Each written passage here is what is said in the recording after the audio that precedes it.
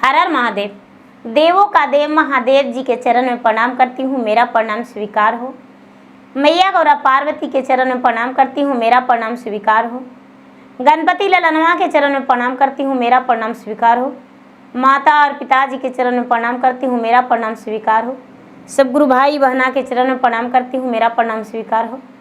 गुरु भाई बहना, मैं एक कथा सुनाने जा रही हूँ। इस कथा को पूरा सुनिए और रहस्य जानिए। आदि नहीं, आदि सुनने में शिव गुरु का अपमान होती है, पूरा सुनने में ज्ञान होती है। इसलिए कथा को पूरा सुनिए और रहस्य जानिए। हर हर महादेव, घर घर महादेव।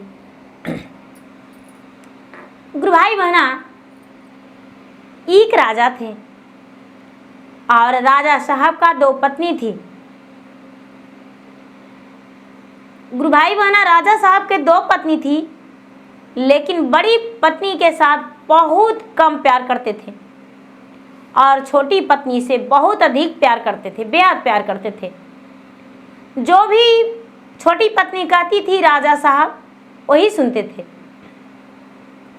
राजा साहब की बड़ी पत्नी जो थी वो घर के गोबर गोईठा, गाय का खाना पीना और उनके घर झाड़ू पोछा बर्तन, यही सब बेचारी वो बड़ी रानी किया करती थी। बड़ी रानी का कोई मान सम्मान घर में नहीं मिलता था, घर में मान सम्मान नहीं मिलता था। धीरे धीरे अब तो राजा साहब की पत्नी थी, तो राजा साहब भी कभी कभी उसके साथ उसके पास भी जाया करते थे, समय दिया करते थे। धीरे धीरे समय बीतता गया और बड़ी रानी गर्भवती रह गई। तो बड़ी रानी के उदर से एक कन्या जन्म ली और उस कन्या का नाम सावित्री उच्चारण रखा गया। सावित्री, जो ब्राह्मण आए और ब्राह्मण उस कन्या का नाम सावित्री रखे। जो राजा थे उनके चेहरे पर कोई खुशी नहीं आया। रानी तो बहुत खुश हो गई कि मेरा जीने का सहारा हो गया, अब मुझे इससे बात करने में अच्छा लगेगा। मुझे अकेलापंती महसूस होता था, मुझसे कोई जी भर के बात नहीं करता था। धीरे धीरे समय बीतने लगा और सावित्री माँ की गोद में बड़ी होने लगी। दूसरी पत्नी जो थी छोटी रानी, वो भी गर्भवती रह गई और उसका भी उदर से एक कन्या जन्म लिया। राजा साहब बड़े प्रसन्न हुए, बहुत खुश हुए और राजा साहब के द्वार पे बहुत बधाइयाँ बजा। राजा साहब के द्वार पे नाचे गाए। राजा छोटी बेटी सीता का बहुत धूमधाम से छठी मनाए, ब्राह्मण का बुलाए और ब्राह्मण का बुलाकर उसे नामकरण करवाएं। तो ब्राह्मण नाम उसे सीता रख दिए और बहुत सारा नेक मिला ब्राह्मण को। ब्राह्मण बड़े खुशी खुशी से अपने घर गए। उनके प्रजा भी बड़े खुश हुए और सब कोई कहने लगे कि राजा साहब की बड़ी पत्नी का कन्या जन्म लिया था। तो राजा साहब के चेहरे पे उदासी था, लेकिन छोटी पत्नी का कन्या जन्म लिया है तो राजा साहब का क्या प्रसन्नता है, क्या खुशी है राजा साहब के चेहरे पे। धीरे धीरे समय बीतने लगा और सावित्री भी बड़ी होने लगी, सीता भी बड़ी होने लगी। सावित्री की माँ तो गोबर गोईठा और सानी पानी करती थी, तो सावित्री भी माँ के काम में हाथ बटाने लगी। लेकिन सावित्री के माँ कहा करती थी, बेटी मेरे काम में हाथ मत बटाओ, तू अपने छोटी माँ के पास जाकर उनका हाथ बटाओ। सावित्री कहती थी कि माँ, मैं खाना बनाना भी सीख लूंगी, लेकिन तुम्हारे साथ मुझे रहना अच्छा लगता है। सीता जो थी, सीता कोई काम नहीं करती थी, सीता लाड प्यार में बंधी रहती थी। सीता जो थी भोजन में खोवा मेवा खाती थी, मलाई खाती थी, लेकिन सावित्री भोजन में रूखी सूखी बासी रोटी और सत्तू भूंजा फूटा ऐसे करके खाया करती थी। क्योंकि इसे तो जी भर के भोजन भी नहीं मिलता था। कोई बात नहीं, इसके माता जो थी, इसके माता घर के काम ही उसे सिखाई और सीता जो थी, सीता स्कूल जाने लगी। धीरे धीरे समय बीतने लगा। जब समय बीतने लगा तो सावित्री बड़ी होने लगी। तो सावित्री की माँ जो थी, चली जाती थी गाय गोरू लेकर, गाय चराने को लिए जंगल में रहती थी और जंगल में गैया चराती थी और गोबर इकट्ठा करके लाती थी, उसे थेपले बनाती थी, गोईठा बनाती थी। उसी में उसका गुजर बसर चल रहा था। जैसे कि एक नौकरानी रहती है और एक नौकरानी का बेटी, उसी तरह राजा अपने बड़ी रानी के साथ व्यवहार किया करते थे और बड़ी रानी का बेटी के साथ। एक दिन का बात है, सावित्री बोली, माँ तुम जाती हो गैया चराने, मुझे छोटी माँ बहुत ताने देती है, मुझे तुम्हारे पीछे मुझे पिटाई करती है, हम नहीं रहेंगे माँ छोटी माँ के पास। बड़ी रानी बोली, तो बेटी तू क्या गैया चराने जाएगी? तो हाँ माँ, तुम घर पे रहो और हम गैया चराने जाएंगे। छोटी रानी की बेटी स्कूल जाती थी और बड़ी रानी की बेटी गैया चराने जाने लगी। तो प्रतिदिन सावित्री गैया चराने जाती थी और गैया चरा के एक भगवान का मंदिर था, वो मंदिर के पास बैठकर फल फूल तोड़ के और मंदिर में ले जाके चढ़ाती थी और कहती थी कि भगवान जी आपका तो सब कोई पूजा करता है, मेरी माँ भी पूजा करती है, लेकिन मुझे भी मन करता है कि आपका पूजा करूं, तो मेरे पास तो पैसे नहीं हैं, ये सब बन के फल आपको हम भोग लगाते हैं, मेरा हाथों का भोग स्वीकार कर लीजिए। जिंदगी में हर दुख झेले हैं महाराज, लेकिन क्या कहूँ, किससे बताऊं, मेरा दुख कोई सुनने वाला नहीं है।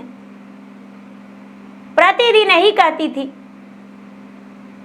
एक दिन का बात है कि सावित्री गैया लेकर आ रही थी, तो अचानक आवाज आया,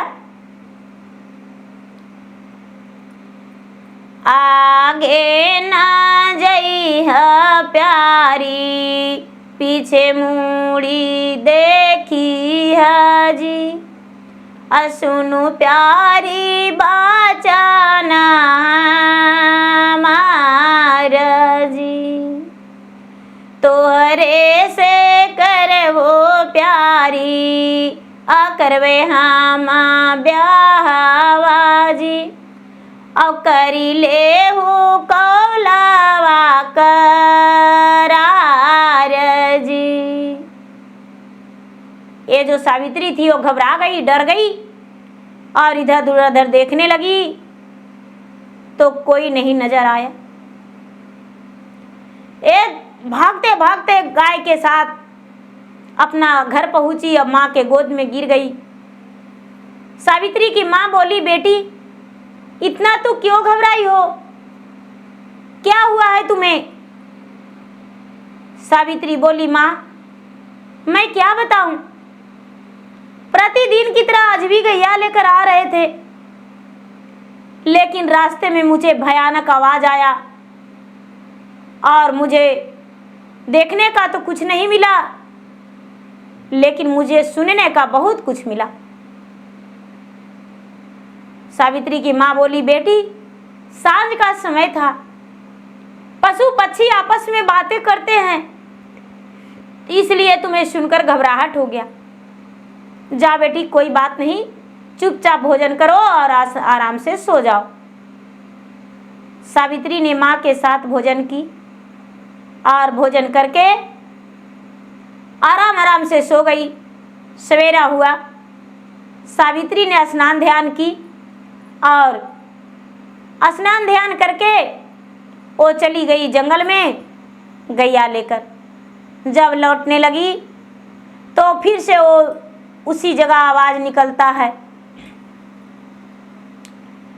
सुनियो मैं ले हूँ प्यारी, हमारी बचनिया जी, अरे नहीं देला कौनो जवाब जी, तोहरे कारण में प्यारी अबन में बीतावली जी, अबन में रहली दिन रात जी।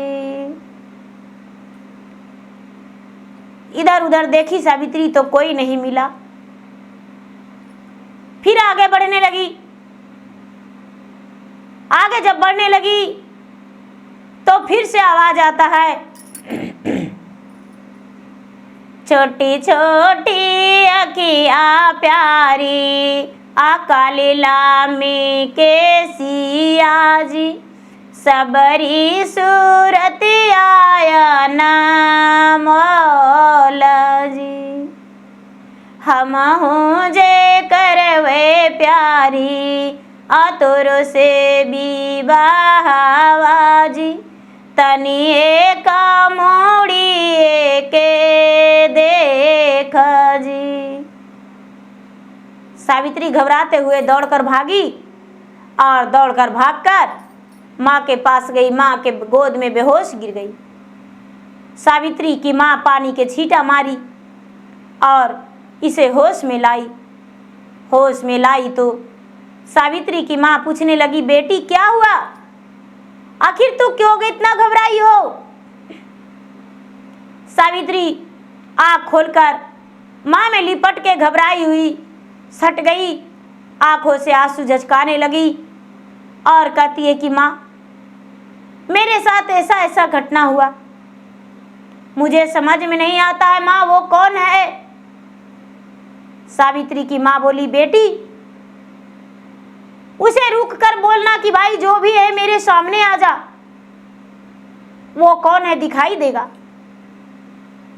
सावित्री की माँ जब बोली तो इसके पास कुछ हिम्मत आया। फिर सवेरा हुआ। सवेरा हो जाने के बाद सावित्री वन में गई और वन में जाकर सावित्री ने गैया दिन भर चराई, महादेव का पूजा पाठ की। शाम को लौटने लगी तो फिर वैसा ही आवाज आने लगा। तो सावित्री कहती है कि भाई कौन हो, भूत हो, प्रेत हो, देवता हो, देवी हो, आदमी हो, जानवर हो, कोई हो जो मेरे सामने आ जाओ, हम तुमसे मिलना चाहते हैं। जब सामने आया तो एक बहुत बड़ा विषैला अजगर था। अजगर को देखकर घबरा गई सावित्री और कहती है कि भाई तुम तो इतने बड़े विषैला अजगर है और तुम मुझसे ब्याह कैसे करेगा। अजगर बोला, देखो यदि तुम मुझसे ब्याह नहीं करेगी तो तेरा सारा परिवार को हम नष्ट कर देंगे, तुम्हारे माता को डस लेंगे, तुम्हारे पिता को डस लेंगे, राज प्रजा में सबको डस लेंगे, किसी को जिंदा नहीं छोड़ेंगे। क्या तुम मुझसे ब्याह नहीं करेगी। सावित्री डर के मारे हाँ बोल दी और सावित्री भागी भागी आई माँ के गोद में बैठकर कहती है कि माँ वो तो बहुत बड़ा एक विषैला अजगर है माँ, उसका शरीर बहुत भयानक है माँ, उन्होंने ही मुझसे ऐसा बात करता था और मुझसे ब्याह करने को कहता है। सावित्री की माँ बोली, बेटी तुम अजगर से ब्याह कैसे कर सकती हो। सावित्री बोली, माँ यदि उससे हम ब्याह नहीं करेंगे तो मेरा सारा परिवार को मार डालेगा, तो मैं जिंदा रह के क्या करूंगा, इसीलिए मुझे अजगर से ब्याह करना होगा। सावित्री की माँ यानी बड़ी रानी अपने पति से बताई। उसके जो राजा थे वो कहने लगे कि कोई बात नहीं, अच्छा है, सावित्री का किस्मत में वही अजगर लिखा होगा। छोटी रानी तो पूरा खुश हो गई कि चलो अब बड़ी रानी का बेटी सावित्री मर जाएगी और मेरा सीता एकलौती रहेगी, अच्छा होगा अजगर से ब्याह होगा। और अजगर से ब्याह होने के बाद ए पलंग पे जाएगी अजगर के साथ और अजगर डांस लेगा तो डांस लेने के बाद ये तो मर जाएगी और पूरा राजपाट मेरा बेटी का सब कुछ हो जाएगा, पूरा मान सम्मान मेरा बेटी सीता का मिलेगा। ये बात सुनकर बड़ी खुशी हुई। राजा शाहजहां साहब जो थे एक ब्राह्मण को बुलाकर दिन बैठा दिए और दिन पर तारीख पक्की करके और सावित्री को हाथ में दे दिए। सावित्री जो था वो जंगल गई गैया चराने और जंगल जाकर लौटने लगी तो वही अजगर फिर से रास्ता छेक लिया। अजगर को ये चिट्ठी दे दी। अजगर बड़ा प्रसन्न हुआ। अजगर बहुत प्रसन्न हुआ और सावित्री के माता पिता ब्याह का तैयारी कर दिए। ब्याह का तैयारी करके और शादी रचा दिए। जब शादी रचा दिए तो बारात का दिन आया तो अजगर अकेला आया और आकर राजा के आंगन में कुंडली मार के बैठ गया। जब सिंदूरदान का समय आया तो अजगर जो था अजगर उसका मांग में सिंदूर भर दिया। जब मांग में सिंदूर भर दिया तो बेचारी सावित्री सुहागन बन गई और उसका पति अजगर बन गया। सावित्री की माँ बोली कि देखिए ये अजगर है, मेरा बेटी का कहाँ ले जाएगा, इसीलिए मैं अपना बेटी का विदा नहीं करने वाला हूँ, ये ही रहेगा। अजगर तैयार हो गया, राजी हो गया कि हाँ हाँ हम कहीं नहीं जाएंगे, हम यहीं रहेंगे। अजगर जो था अजगर वहीं रहने के लिए तैयार हो गया। लेकिन जब अजगर तैयार हो गया तो अजगर सोचता है कि अरे मैं तो अजगर रूप हूं और मैं तो सुहाग रात के बाद ही मेरा तन बदलेगा, क्या करें, इसे तो मैंने कुछ दिया हूं नहीं। अच्छा कोई बात नहीं, समय बीत जाने पर इसे सब कुछ देंगे। रात्रि का समय था, सुहाग रात का सेज सज गया, सुहाग सेज सज गया। ये सावित्री अपने सुहाग सेज पर चली गई और अजगर भी सुहाग सेज पर चला गया।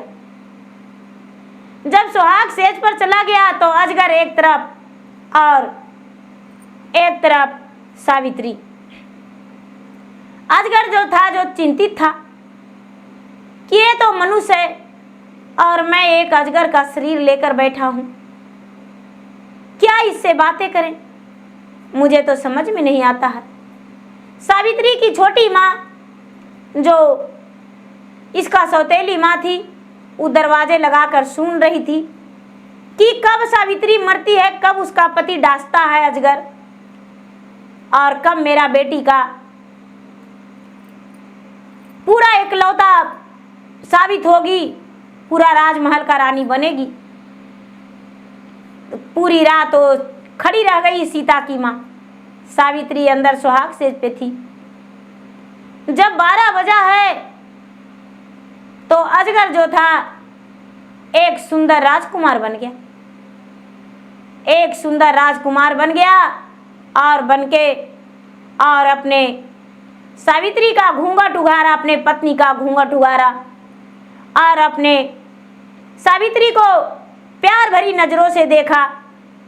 सावित्री ने आंखें खोली और अपने पति के बाहों में गई तो देखती है कि अरे मेरा तो ये पति हैं, एक अजगर का रूप था।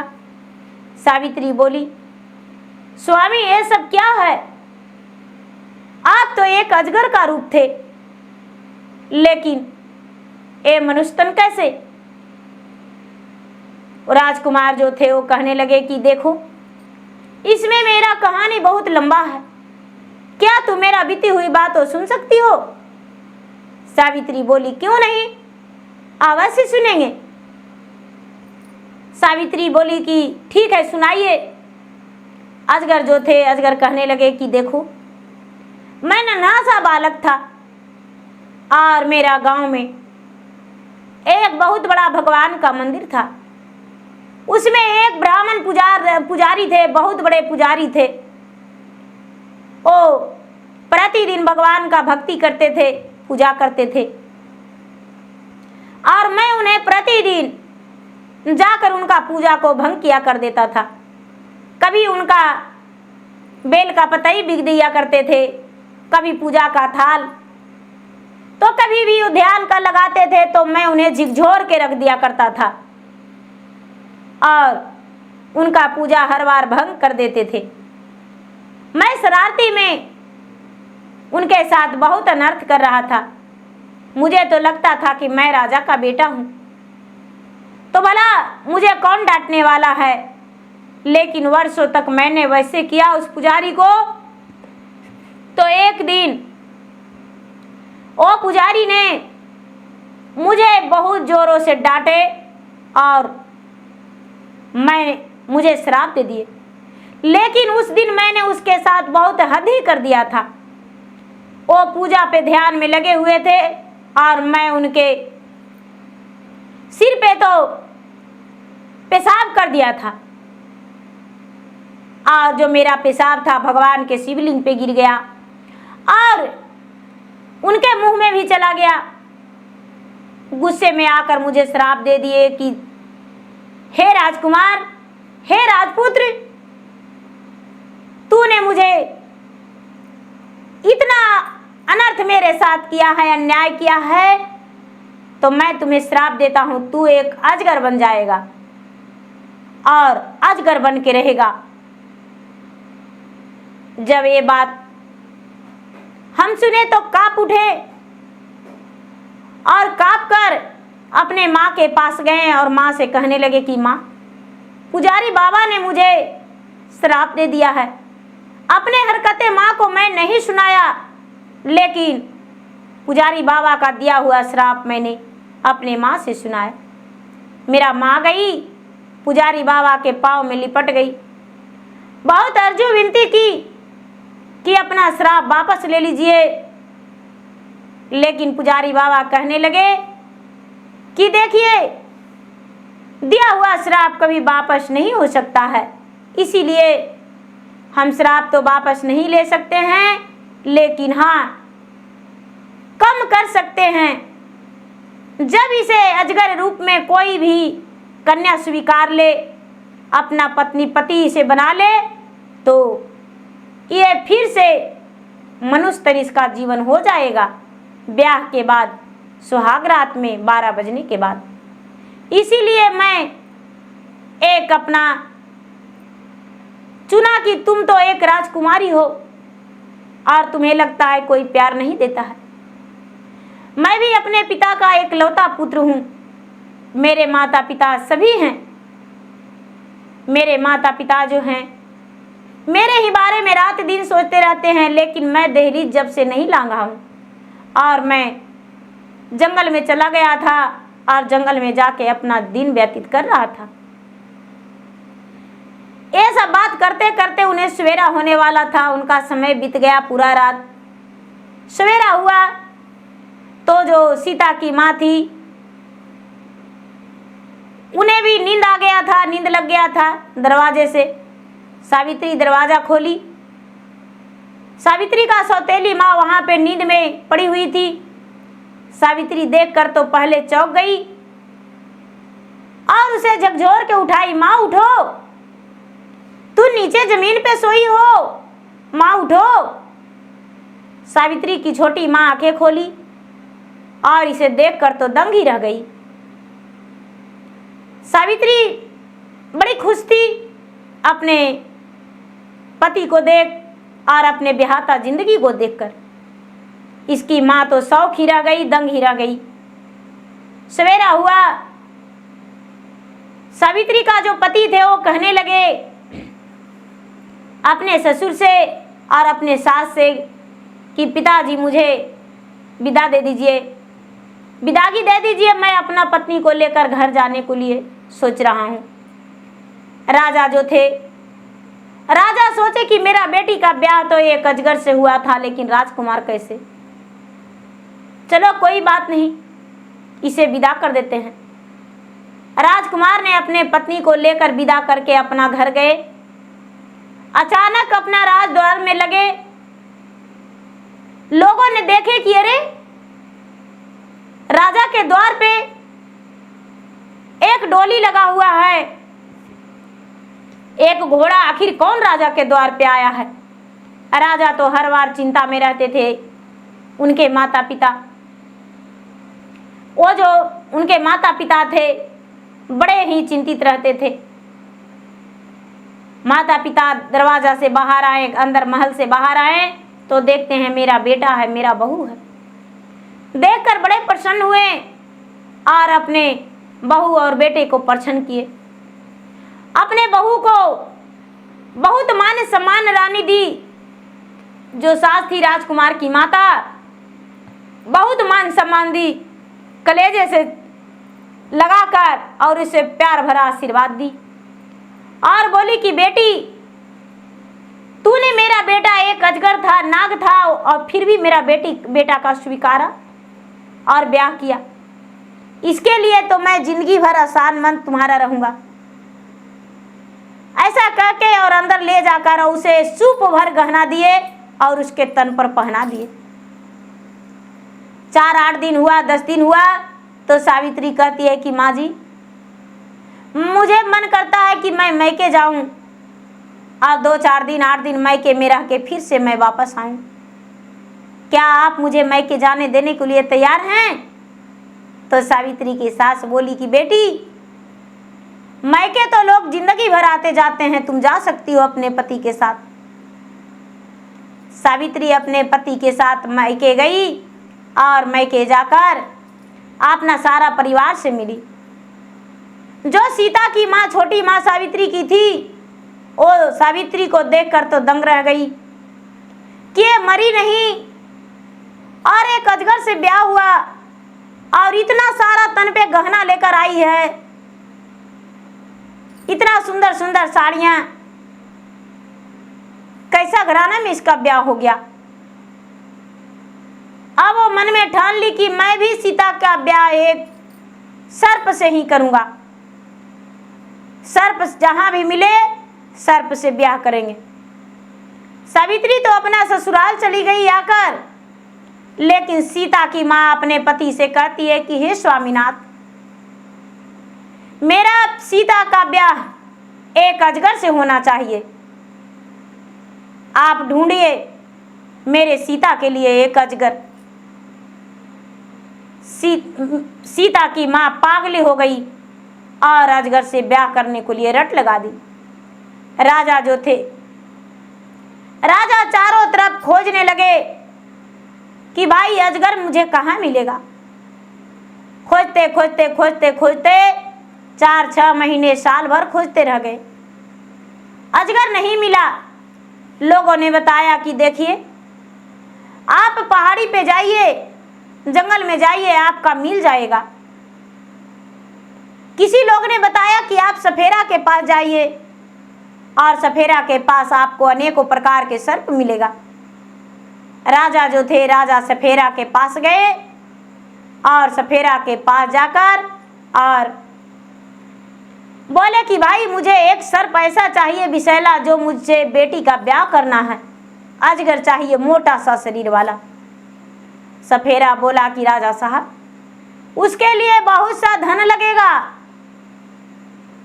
उसके लिए आपको बहुत रुपया लगेगा, क्या देने के लिए तैयार हैं?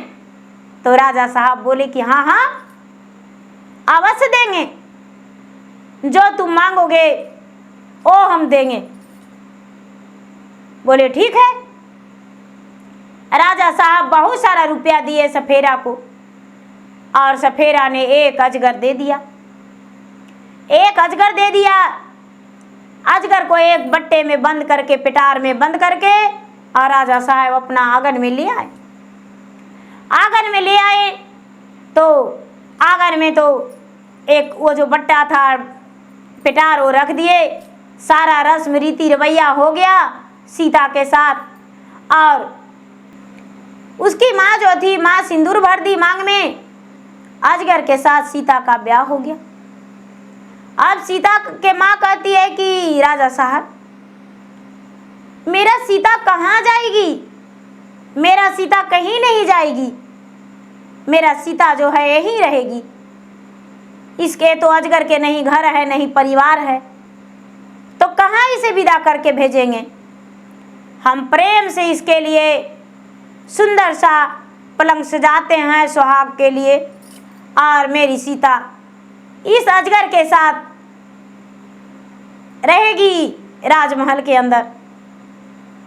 सीता के माँ में तो के मन में लालच था कि अजगर से ब्याह कर रहे हैं, ये तो राजकुमार बन जाएगा, बहुत सारा मेरा बेटी को गहना देगा और अमीर घराने का राजकुमार रानी बन जाएगी मेरा बेटी, जैसे सावित्री के हुआ।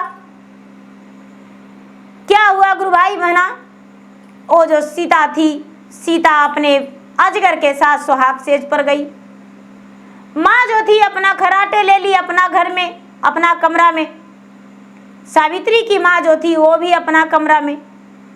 सारे लोग रिश्तेदार आए हुए सब अपना कमरा में चले गए, और सीता जो थी, सीता अपना कमरा में अजगर के साथ सोने गई। जैसा ही सीता पिटार खोली उसका, तो अजगर ने फुफकार लगा के और सीता का धीरे धीरे धीरे धीरे धीरे धीरे निगलना शुरू कर दिया, निगलना शुरू कर दिया, और धीरे धीरे धीरे धीरे पूरा सीता का शरीर का ये अजगर निगल गया।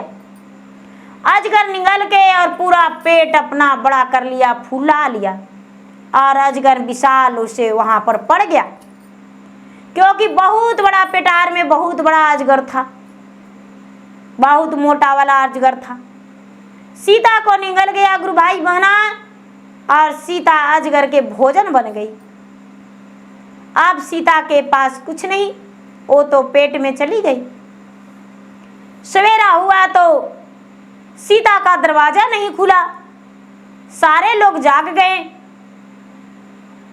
सावित्री की माँ सोचती है कि अरे अभी तक सीता उठी नहीं है, दतवन नहीं की है, स्नान नहीं किया है, कब भोजन करेगी? 10 बज गया। ओ दौड़ी दौड़ी सीता के माँ के पास गई और कहती है कि सुनो बहन, मेरा तो जी घबरा रहा है, सीता अभी तक कमरा से बाहर नहीं आई है, सीता के दरवाजा खोलो। सीता की माँ बोली, अरे आप तो झूठ के घबराते हैं, पूरी रात सीता जागी होगी तो नींद कैसे खुल सकता है समय से? मेरा सीता सोई होगी। सावित्री की माँ को रहा नहीं गया, वो दरवाजे ढकढकाई, और दरवाजे ढकढका के आवाजें देने लगी, तो बड़ा बड़ा आवाज सांसे का आवाज आ रहा था, क्योंकि अजगर तो अस्वस्थ हो गया था, उसका पेट में बहुत बड़ा जीव भोजन चला गया था, तो उसका फुफकार बाहर आ रहा था। सावित्री की माँ घबराकर अपने पति के पास दौड़ी दौड़ी गई और कहती है कि मेरा सीता तो उस कमरे में कुछ भी नहीं बोल रही। आवाज देने के बाद, राजा साहब आप सीता के कमरे के पास दरवाजा के पास चलिए। सावित्री की माँ दौड़ी दौड़ी आई अपने पति को लेकर। राजा जो थे अपने कान लगाकर सुनने लगे, तो कहते हैं ये तो अजगर का फुफकार है, मेरा सीता का कोई आवाज नहीं। राजा साहब जब दरवाजा खोले हैं तो सीधा अकेला अजगर पड़ा हुआ था, और सीता तो थी ही नहीं। सीता के माँ को राजा बताए, सीता की माँ जल्दी बाहर अंदर आओ, कमरे के अंदर आओ, तुम कहाँ हो? सीता की माँ अच्छे अच्छे भोजन बना रही थी, अपने बेटी और जमाई के लिए पूरा दूध खौला रही थी अजगर के लिए कि मेरा जमाई पिएगा, मेरा जमाई तो एक राजकुमार बन गया होगा। उनके लिए तरह तरह की मिठाइयाँ बनाई थी, अपने बेटी के लिए भी अच्छे अच्छे पकवान बनाई थी। सीता आई के माँ आई तो अजगर को देख, सीता को नहीं देखी तो वो तो छाती पीट पीट के रोने लगी। लोगों ने कहने लगे कि भाई रोवो मत, इस अजगर को पेट को चीर कर देखो, हो सकता है कि सीता जीवित रहे। इस अजगर को पेट को चीरो। आखिर सीता गई कहाँ?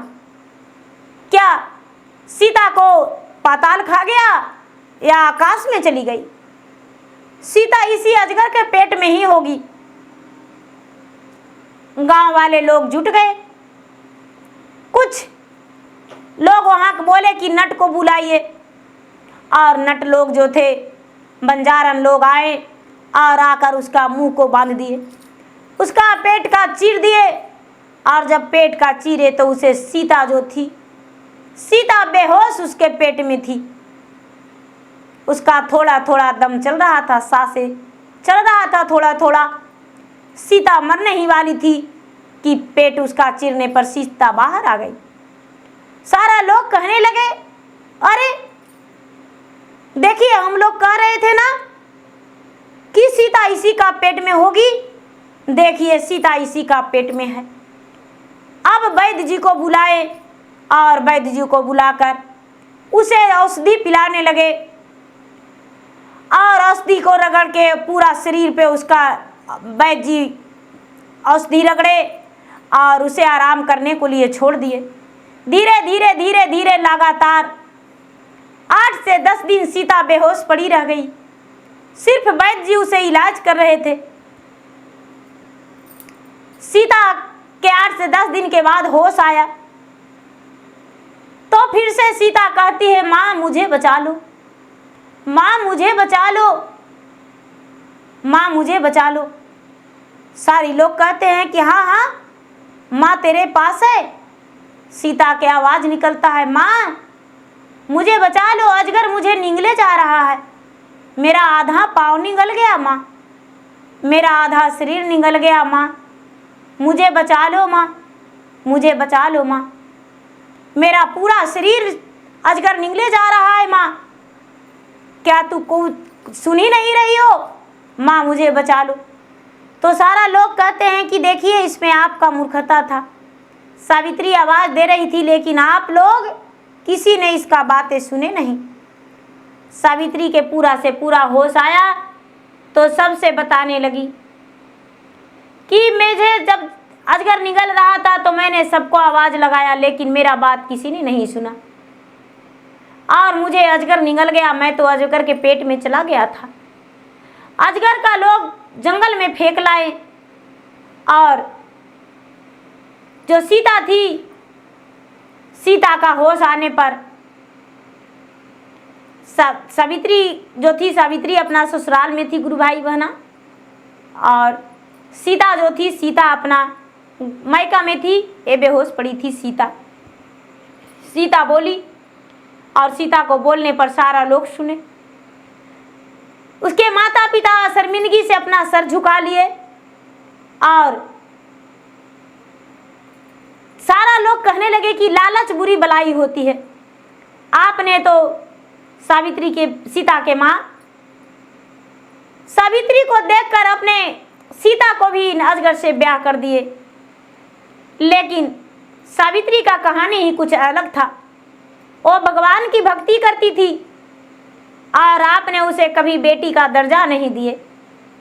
राजा साहब तो सावित्री का बेटी माने ही नहीं, इसीलिए भगवान भोलेनाथ उसके लिए एक सुंदर पति राजकुमार रखे हुए थे, क्योंकि आप तो उसके दरवाजा पर कभी जाते ही नहीं। इसीलिए अजगर रूपी बनाकर भगवान उसे भेजे थे सावित्री के वर बनने के लिए। यदि वो अजगर रूपी नहीं रहता तो सावित्री का ब्याह नहीं होता। राजा साहब आपने 2 रंग किए तो ये दशा हुआ। गुरु भाई बहना, सीता का मानसिक संतुलन भी कुछ खराब हो गया। सीता कभी कुछ बोलती थी, क्योंकि सर्प का विष उसका शरीर में लग गया था। बहुत दिनों के बाद वो ठीक हुई और सीता के माता पिता उसका ब्याह किए। वो भी ससुराल बस गई, लेकिन सावित्री की तरह वो खुशी जीवन नहीं बिताई। सावित्री जो थी, सावित्री अपने ससुराल में बहुत खुश रहने लगी, बहुत खुश थी। और सीता जो थी, सीता दुख के साथ अपने ससुराल में जीवन बिताई। सीता अपने जिंदगी में कभी माँ नहीं बन पाई और सावित्री का कई बच्चे हो गए। इसीलिए गुरु भाई बहना, मेरा विनती यही है कि दूसरे को खुशी को देखकर कभी उसे ठुकराना नहीं चाहिए, क्योंकि क्यों खुश है, उसके खुशी में खुश होना चाहिए। दूसरे को बेटी ही मानना चाहिए। तो गुरु भाई बहना, मेरा वीडियो अच्छा लगे तो मेरा वीडियो का लाइक करें, शेयर करें। चैनल पर यदि नए हैं तो चैनल का सब्सक्राइब करें और बेल आइकन घंटी को दबाएं, जो कि मेरा वीडियो का नोटिफिकेशन सबसे पहले आपके पास जाए और आप मेरा वीडियो का सुन सकें, देख सकें और लाभ उठाएं। गुरु भाई बहना, मैं इंस्टाग्राम पे भी हूँ, मैं फेसबुक पे भी हूँ। मेरा इंस्टाग्राम पे फॉलो करें, मेरा फेसबुक पे फॉलो करें, लाइक करें, शेयर करें। धन्यवाद। हर हर महादेव, घर घर महादेव। प्रेम से बोले शंकर भगवान की जय।